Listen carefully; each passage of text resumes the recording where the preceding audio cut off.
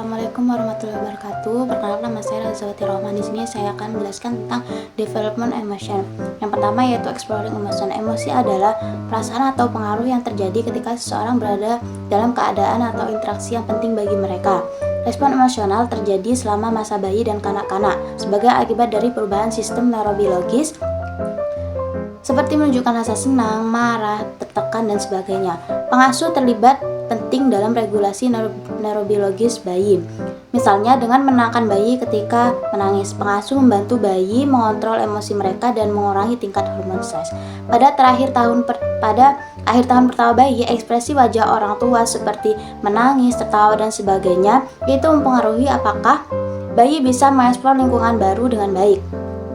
Dan juga keluarga yang berfungsi dengan baik akan memasukkan hormon dalam interaksi mereka, sehingga dengan memasukkan humor itu, anak akan mendapatkan suasana hati yang baik. Jika anak sudah mendapatkan suasana hati yang baik, maka anak akan cenderung lebih mematuhi arahan orang tuanya. Yang kedua yaitu development of emotion, yaitu perkembangan emosi. Perkembangan emosi bagi menjadi dua, yaitu primary emosi dan self-conscious emotion.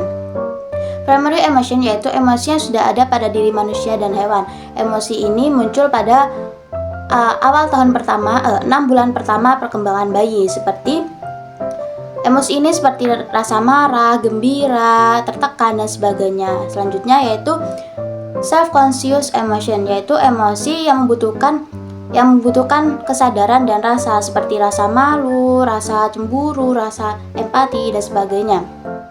Emosi ini muncul ketika pertengahan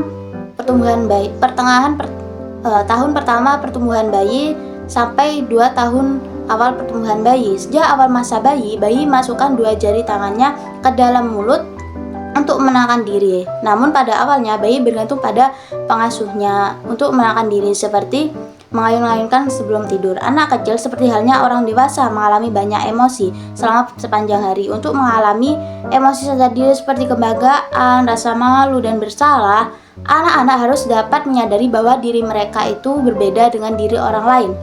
Antara usia 2 dan 4 tahun, anak-anak sangat meningkatkan jumlah istilah yang mereka gunakan untuk menggambarkan emosi mereka, sedangkan ketika mereka umur 4-5 tahun, mereka menunjukkan peningkatan kemampuan untuk memperlihatkan emosi mereka, sedangkan pada usia 5 tahun, sebagian besar anak-anak dapat secara akurat memahami emosi yang dihasilkan oleh tantangan keadaan yang mereka alami, dan menggambarkan strategi apa yang dapat mereka lakukan ketika mereka mengatasi stres sehari-hari. Selanjutnya yaitu temperamen. Pengelompokan temperamen berfokus pada perbedaan antara anak-anak yang pendiam, pemalu, dengan anak-anak yang mudah bergaul. Perubahan perkembangan temperamen selama masa bayi. Pada usia 2 bulan, bayi menunjukkan kemarahan dan frustasi ketika tindakan yang mereka lakukan itu tidak membuahkan hasil.